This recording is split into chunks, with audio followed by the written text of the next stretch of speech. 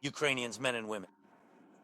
In the life of every nation, there comes a moment when everyone needs to talk honestly, calmly, without speculation, rumors, gossip, or anything unnecessary, just as things are, just as I always try to speak with you.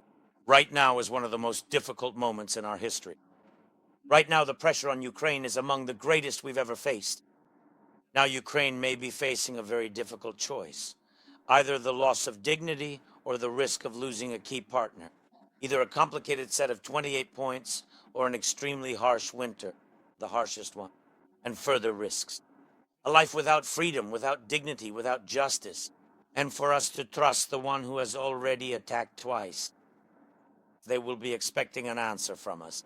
Although, in fact, I already gave it on May 20th, 2019, when swearing allegiance to Ukraine, I specifically said, I, Volodymyr Zelensky, elected by the will of the people as President of Ukraine, pledge by all my actions to defend the sovereignty and independence of Ukraine, to uphold the rights and freedoms of citizens, to abide by the Constitution and laws of Ukraine, to fulfill my duties in the interests of all compatriots, and to raise the authority of Ukraine in the world.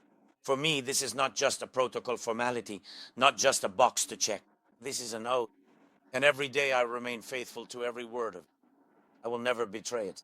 The national Ukrainian interest must be taken into account. We do not make loud statements. We will calmly work with America and all our partners. There will be a constructive search for solutions with our main partner.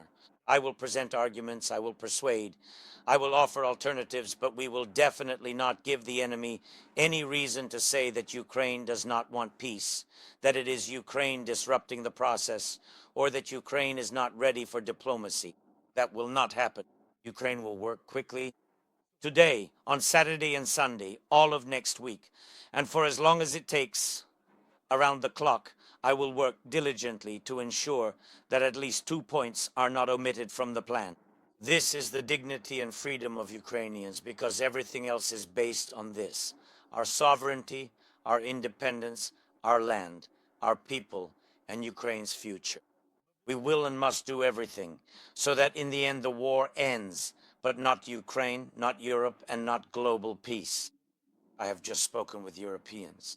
We are counting on our European friends who clearly understand that Russia is not somewhere far away, that it is right next to the EU borders, that Ukraine is now the only shield separating comfortable European life from Putin's plans. We remember, Europe was with us. We believe Europe will stand with us. Ukraine must not experience a déjà vu of February 24th, when it felt like we were alone, when no one could stop Russia except for our heroic people who stood as a wall against Putin's army. And of course, we were very pleased when the world said, Ukrainians, they are incredible.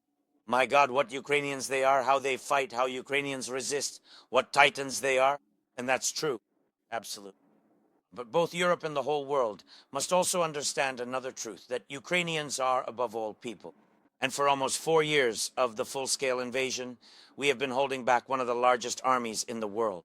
And we are holding a front line that stretches for several thousand kilometers. And our people endure shelling, missile attacks, ballistic strikes, and Shahid drone attacks every night. And our people lose someone close to them every day. And our people, our citizens, very, very much want this war, this terrible and devastating war, to finally end. Of course, we are made of steel, but even the strongest metal can break under enough pressure. We have endured so much, but we are still human, and we long for peace. Don't forget this. Stand with Ukraine. Stand with our people, and therefore stand with dignity and freedom. Dear Ukrainians, remember that first day of the war. Most of us, in fact, many of us, made an important decision, a choice in favor of Ukraine. Remember how we felt then. What was it like? It was dark, loud, hard, painful for many, and frightening. But the enemy did not see our backs fleeing. They saw our eyes, full of readiness to fight for what is ours. That is dignity, that is freedom. And in fact, the scariest thing for Russia is to see the unity of Ukrainians. Back then, our unity was aimed at protecting our home from the enemy. And now we need unity just as much as ever, so that there can be a dignified peace in our home. I am now addressing all Ukrainians. Our people, citizens, politicians, everyone need to pull themselves together, come to their senses, and stop the infighting. Stop the political games. The state must function. The parliament of a country at war must work in unity. The government of a country at war must work effectively. And all of us together, must not forget or confuse who exactly is Ukraine's enemy today. I remember how, on the first day of the war, various envoys brought me different plans, points, and ultimatums regarding ending the war. They said either this way or not at all. Either you sign this or you will simply be eliminated, and then the acting president of Ukraine will sign it instead of you. How that ultimately ended is widely recognized. Many of these envoys became part of the exchange fund and, along with their proposals and points, were sent home to their native harbor. I did not betray Ukraine then. I truly felt the support of each and every one of you behind me. Every Ukrainian man and woman, every soldier, every volunteer, every medic, diplomat, journalist, our entire people. We did not betray Ukraine then, and we will not do so now. And I know for sure that in this truly one of the most difficult moments in our history, I am not alone.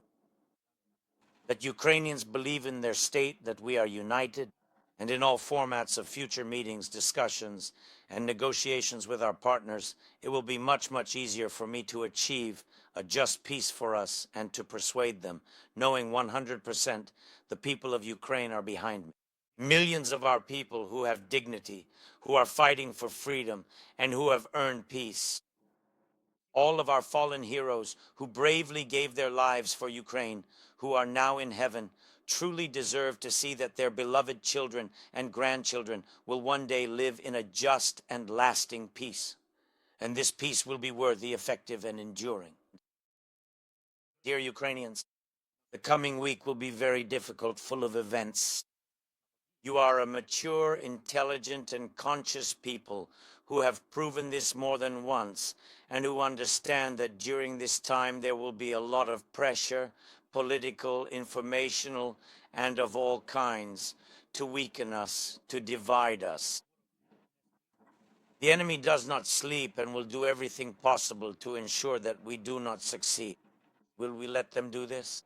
We have no right to.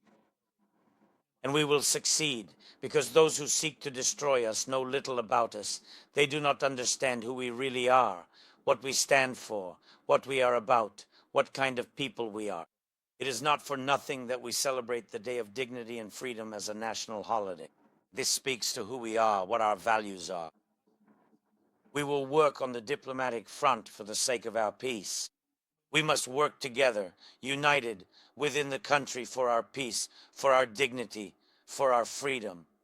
And I believe and I know deep in my heart that I am not alone. With me are our people, our society, our warriors, our partners, our allies. All our people are dignified, free, and united. Happy Day of Dignity and Freedom. Glory to Ukraine.